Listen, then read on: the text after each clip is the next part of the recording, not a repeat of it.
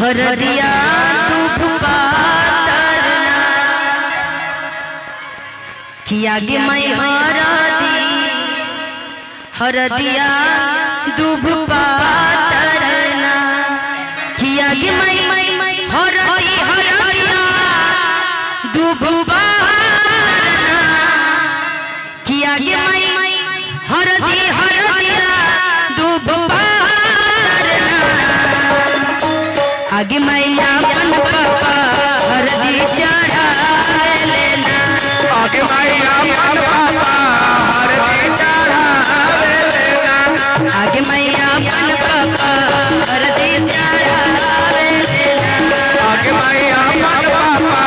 हरदी चढ़ा लेना आगे मैं हरदिया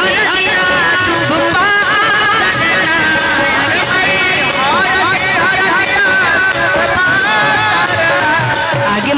अपन पापा हरदी चढ़ा लेना आगे मैया अपन पापा हरदी चढ़ा लेना आगे मैया अपन पापा हरदी चढ़ा लेना आगे मैया अपन पापा हरदी चढ़ा लेना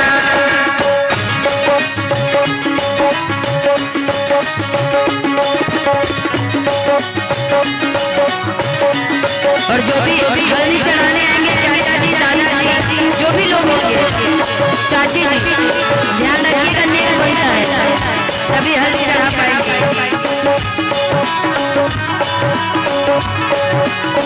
दुल्हन के पापा जी के तरफ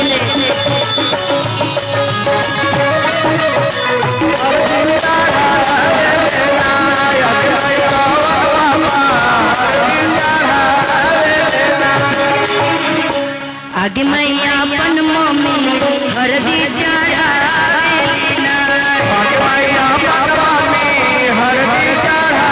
लेना आगे मैया अपन मम्मी हरदी चढ़ा लेना आगे मैया अपन मम्मी हरदी चढ़ा लेना दुल्हन साहिबा के मामा जी चाचा जी मौसा जी मौसी जी जो लोग भी हमारी आवाज सुन रहे हैं दुल्हन साहिबा की मम्मी का आदेश है कि आप लोग एक बार मंच पर आ जाइए जो भी दुल्हन साहिबा के करीबी हैं आप सभी लोग एक बार मंच पर आकर के चाचा जी ए चाचा जी ऐसे नहीं चढ़ाना है ध्यान रहे कि बगल में मैं खड़ी हूँ अभी दुल्हन साहिबा हमारी है आपका नाम नेग निकालना पड़ेगा उसके बाद हल्दी चढ़ा पाएंगे आप पहले नेग निकालना पड़ेगा उसके बाद हल्दी चढ़ा पाएंगे अपना जी क्या नाम बताएं आप आगे मैं राकेश चाचा हरदी चढ़ा लेना आगे मैया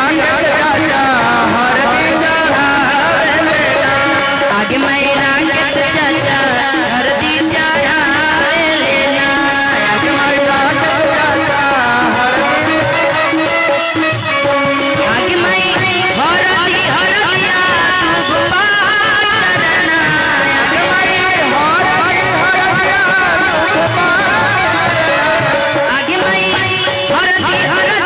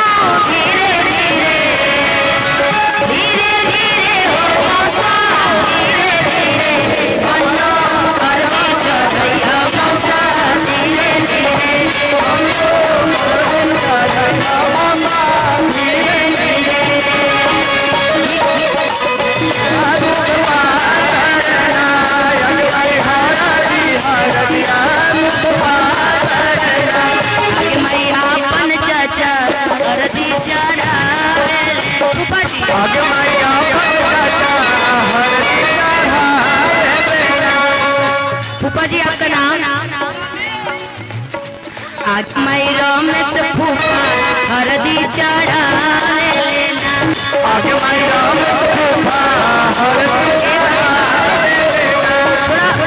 धीरे करना देखो कितने कंजूस लोग हैं, इतने पैसे वाले हो करके लोग बौनी को लिए बात 100 रुपए 200 रुपए चढ़ा रहे हैं। दादाजी बिनेश्वर दादाजी आगे में बिनेश्वर दादा हरदी चढ़ावे लेना आगे माई बिनेश्वर दादा आगे में बिनेश्वर दादा हरदी चढ़ावे लेना आगे माई बिनेश्वर दादा हरदी चढ़ावे लेना आगे माई हरदी हरदिया आगे माई आगे माई कवन मौसी हरदी चढ़ावे लेना आगे माई मौसी हरदी चढ़ावे लेना ए धीरे करना।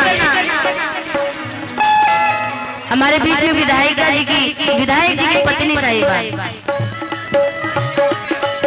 उनकी मम्मी जी, तो हम चाहेंगे कि नेक भी भाई अच्छा आना चाहिए, एमएलए की आप वाइफ है ना भाई, मानना पड़ेगा। और इतनी प्यारी हमारी बहन है ना, तो इतना चांस तो नहीं ना चलेगा जी। ए धीरे करो भाई, साउंड किशन भाई।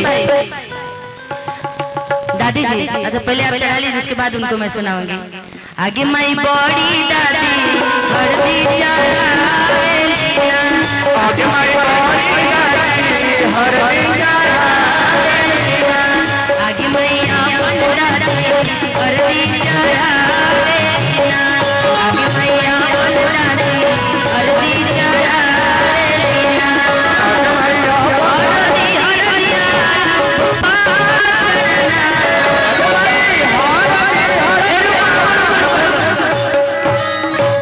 ना एमएलए साहब की पत्नी और 500 रुपया दे तो ऐसे नहीं चले। एमएलए में के रुपया निकालिए कवन दीदी लगे क्या छोटी मम्मी ए छोटी मम्मी तब रौरा हरदी चढ़ा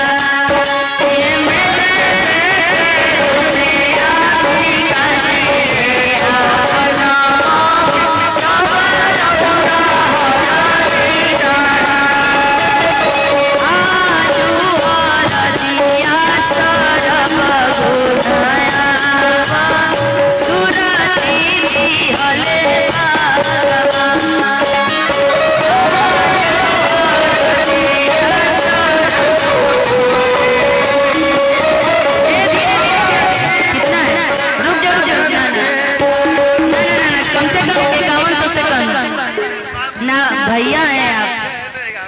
देखला इतना कंजूसी काहे के कैला अपन भैया ना इतना तू कंजूसी काहे कैला भैया ना ओहो अपन भैया ना तू तारा पियो ना लुटैला हो अपन भैया ना तू तारा पियो ना लुटैला हो अपन भैया ना इतना तू कंजूसी काहे के कैला ना इतना तो कंजूसी भैया काहे के कैला ना इधर देखिए ना इतना तू कंजूसी रवि भैया काहे के कैला ना इतना तो कंजूसी रवि भैया काहे के कैला ना कि एगो रुपयो ना लुटैला भैया काहे के कैला ना एगो रुपयो ना लुटैला भैया काहे के कैला ना कि एगो रुपयो ना लुटैला भैया काहे के कैला ना एगो रुपयो ना लुटैला भैया काहे के कैला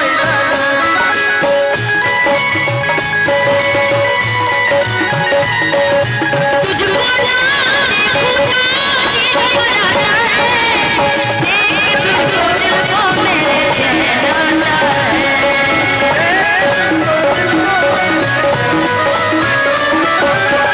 अच्छा फुआ हमारी पन्नी की फुआ कहाँ है? ए रुक जा बाबू रुक जा, हमारी पन्नी की फुआ कहाँ है? बुआ जी बुआ सबसे पीछे रहेंगी तो अच्छा ना लगेगा। चढ़ाइयो दे फुआ तो तनी बुआ लोग आगे बुलाई ना, तनी आगे बुलाई तनी देखी के बुआ लोग बालो। अच्छा चाचा बाद में देते हैं ना, चाचा जी बहुत कम ला रहे, 100 रुपया ला रहे लग रहा है क्या? अच्छा अच्छा 1000 है ना दीदी, चल जाएगा, इतना से चल जाएगा, थोड़ा सा जीएसटी लगा लेंगे ना, उतना चल जाएगा। अच्छा मान लीजिए कि चाचा जी बुआ जी अपने बनने के लिए कि तुझको ना देखे बाजी घबराता है,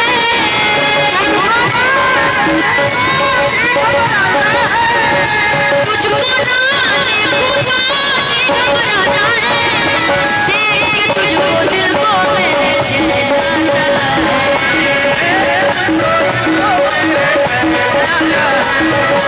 देख के तुझको दिल को मेरे चैन आता है।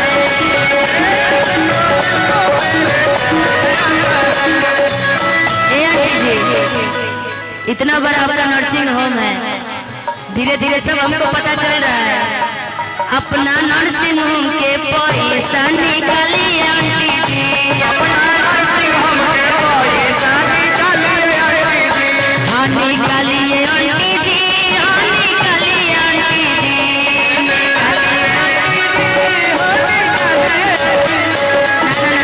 500 से नहीं चलेगा, भगवान करे कि और आपका नर्सिंग होम खूब चले, चाहती है बोला जी देख लीजिए, ना ना ना ना, अपना नर्सिंग होम के पैसा निकालिए आंटी, अपना नर्सिंग होम के पैसा निकालिए, हाँ निकालिए आंटी जी, बजाइए आंटी आंटी,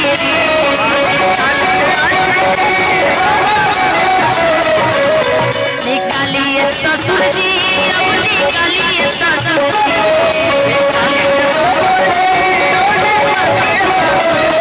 अपना पॉकेट में के रुपया निकालिए ससुर जी,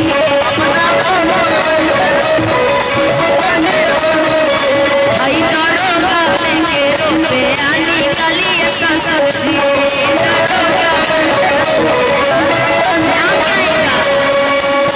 दरोगा जी है और 500 रुपये सही दिए हमको, इतना चलेगा नहीं ना दरोगा जी, ये गलत बात है, आप नाट आपका अलग है, इनका अलग है, आप साथ मत दीजिए, आप सीडीपीओ में बताइए, साथ मत दीजिए, पति का अलग पत्नी का अलग, नहीं तो आपका वाला हम दे देंगे वापस, उनसे लेना है।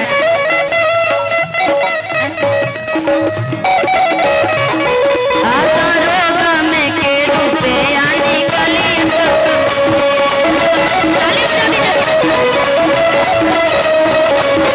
दरोगा में के रुपया निकालिए ससुर जी,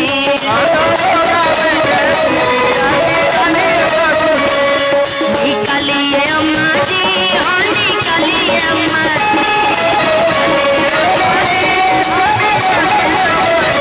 हाँ निकालिए अम्मा जी, हाँ निकालिए अम्मा जी, ई दरोगा में के रुपया निकालिए अम्मा, दरोगा में के रुपया निकालिए अम्मा जी, दरोगा में के रुपया निकालिए अम्मा जी, दरोगा में के रुपया निकालिए अम्मा जी, आज बाटे हरदी के शुभ दिन आई,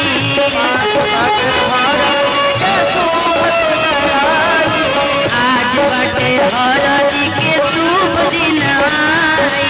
आज बाटे हरदी के शुभ दिन आई, अभी ना ननद ननद सिरा और आए,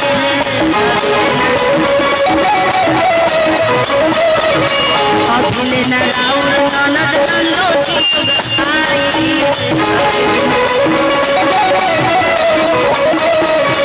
हमारी आवाज यदि विधायक जी सुन रहे हो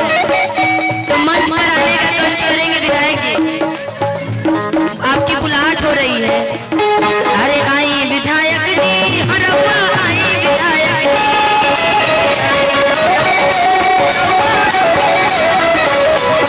आई विधायक जी, हरवा आई विधायक जी, आगे बन्नी के हरदी लगा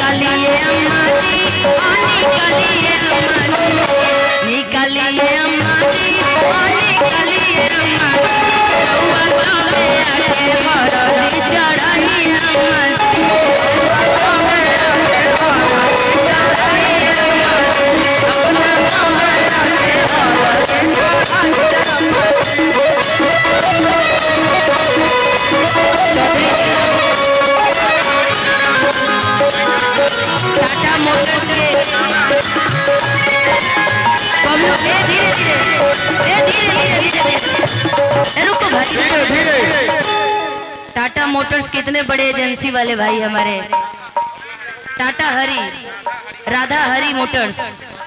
के प्रोप्राइटर हमारे बबलू चौधरी जी। तो इनको गाली सुनाना या नचवाना है? गाली सुनाना है। बाप रे बाप, नचवाना भी है इनको।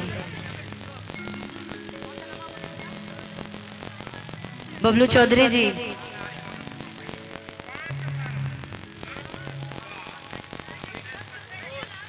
कि रउआ राधा मोटर्स के रुपया निकालिए चाचा जी,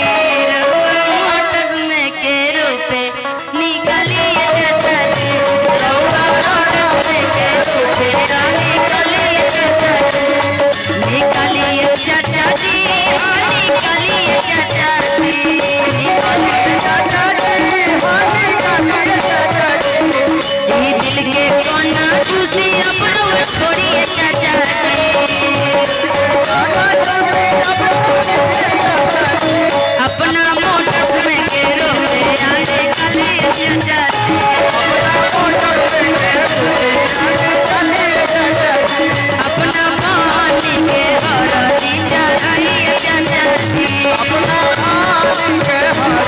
चाचा जी, धीरे धीरे हो बसो, धीरे धीरे, धीरे धीरे हो बसो, धीरे धीरे, हमारा मरवा में आइया बसो, धीरे धीरे, हमारा मरवा में आइया बसो, धीरे धीरे, धीरे धीरे हो बसो, धीरे धीरे, धीरे धीरे हो बसो, धीरे धीरे, हमारा मरवा में आइया बसो,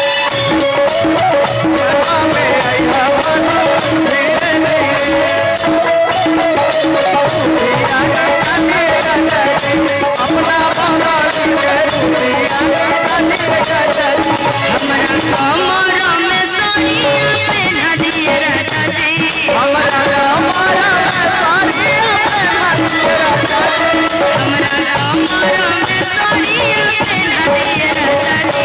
दिलवा के कारा से लागल बाबा दिए राजा जी, दिलवा के कारा से लागल बाबा दिए राजा जी, दिलवा के कारा से लागल बाबा दिए राजा जी, दिलवा के कारा से लागल बाबा दिए राजा जी, हमरा कमरा में साड़ियाँ पहना दिए राजा जी, हमरा कमरा में साड़ियाँ पहना दिए राजा जी, रही नाई हरना पहनाने सिखा दिए राजा जी,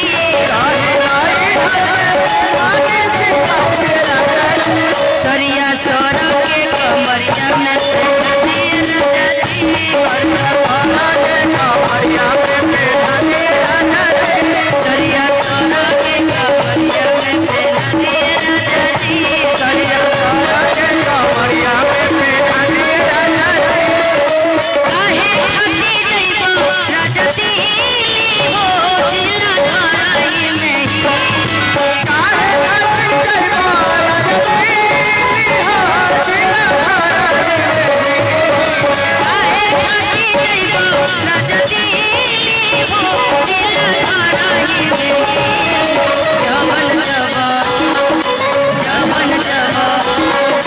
जवन जवन कहबा तवन मिली हो जिला धराई में ही,